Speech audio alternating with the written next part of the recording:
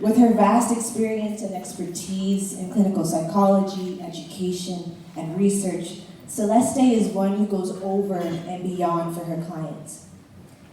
One story that sticks out to me about Celeste was how she cared for a client that came into her center off the street. They didn't speak a word of English. They had no idea how to access services. But Celeste went above and beyond her role requirements and discovered that this individual was a talented artist. Celeste decided to take pictures of her art and promote her work to the community in order to recognize this beautiful talent. That client now feels and always feels at home at CSSP and sees Celeste as a mother figure. Now that is a model of resilience. Yes, she deserves an applause for that.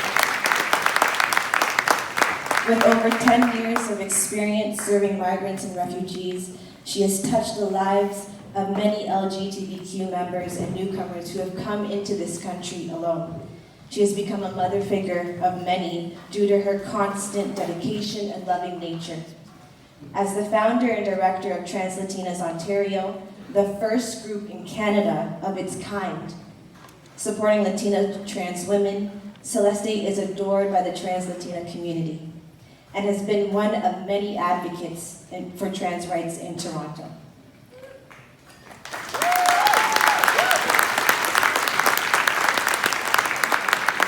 I first met Celeste about 3 years ago when she worked with Women's Health to provide trans training to our staff. From then, I knew that she was a gentle force to be reckoned with. Over the last couple of years, she has partnered with us in projects for trans Latinas, promoting resiliency, community, peer advocacy, mental health, and social justice. Currently, I have the pleasure of working with her on our advisory board for our trans spa. I can say that I and many others have never worked with anyone like Celeste before. She constantly invests her time, often overworked, to improve the lives of trans women, from conducting extra research just for wellness activities, to improve the lives of trans women, or to simply connecting her clients to potential employers. All activities that are outside of her work hours. And she still manages to have time to dedicate to her beautiful family, her 2 daughters, and her husband, and her passion of photography. To Celeste, resiliency is the inner resistance against oppression through deliberate acts of self-love. This is demonstrated through her ability to go above and beyond. She is an advocate. She is extremely giving, knowledgeable, caring, and inspiring. Celeste, on behalf of Women's Health and Women's Hands, the board, and all of the lives that you've positively impacted, I want to thank you for all that you've done and you will continue to do. Congratulations. Please come up.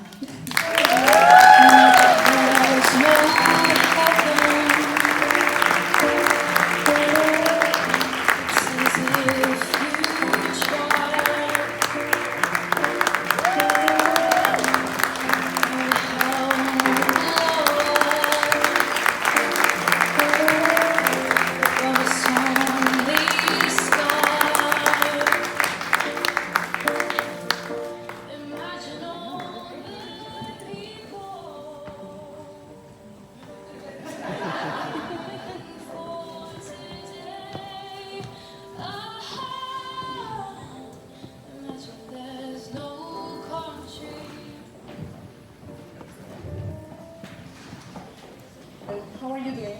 I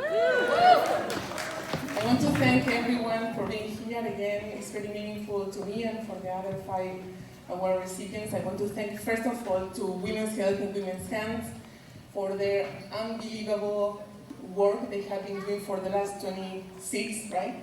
Not 25, 26 years.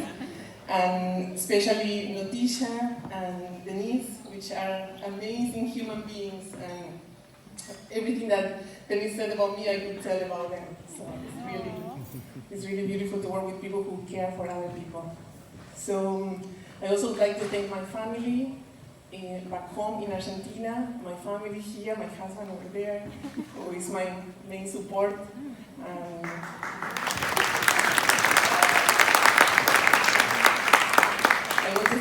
my patients who I learn from every day. And I want to thank my colleagues and my managers for giving me the space to be myself and to grow. So before I came here, the Women's Health staff asked me to reflect a little bit about what resilience is. So I wrote a little bit because I won't remember. I thought I was going to be very nervous to say it out loud. So I would like to share what I wrote about it. So when I think about resilience, I think not only about the emotional meaning of it for every person individually, but in a social context. I think we live in a world that is full of pain, and we don't always want to be in contact with it, but it's real and it hurts so much. We live in a world full of fear and injustice. We not always take action not to be part of it, and it separates us. We also live in a world full of love. Sometimes our hearts remember how to be part of it, and it brights very high, and it heals. We live in a world full of hope. We not always know how to let it guide us, but when we do, we become part of a much bigger light, an indestructible one. Resilience to me is resisting to be part of the inhumanity of the world. Resilience is refusing to believe that what we were told, that we are not a family. This world is for all of us, not for some of us. The next generations are looking at us, waiting for us to enact social justice. Children look at us with their innocent eyes, wide open, waiting for beauty and for truth, to be not only protected, but to be still kept alive when they are adults, enough to do the same for others. Resilience is fighting against anything that is unfair, even for just one of us. It's overcoming the indifference that we were indoctrinated with. Resilience to me is realizing that we are given a golden cage where to live in, instead of teaching us that we have already been born free. Resilience is stopping being an involuntary witness of the horrors committed towards the ones that have less privilege. And resilience is starting to stand up for what is right, even if it is unpopular or if it looks impossible. Resilience is stop supporting with our inaction to insane and immoral world leaders. I don't have to say names, I guess. And local leaders too. I won't say anything else. Resilience is overcoming the obstacles that we were purposely set by the system for us not to thrive as one. Resilience is realizing that the fear that was instilled on us is a way to keep us silent, submissive, and obedient. It's stopping being indifferent to other people's pain because there are no others.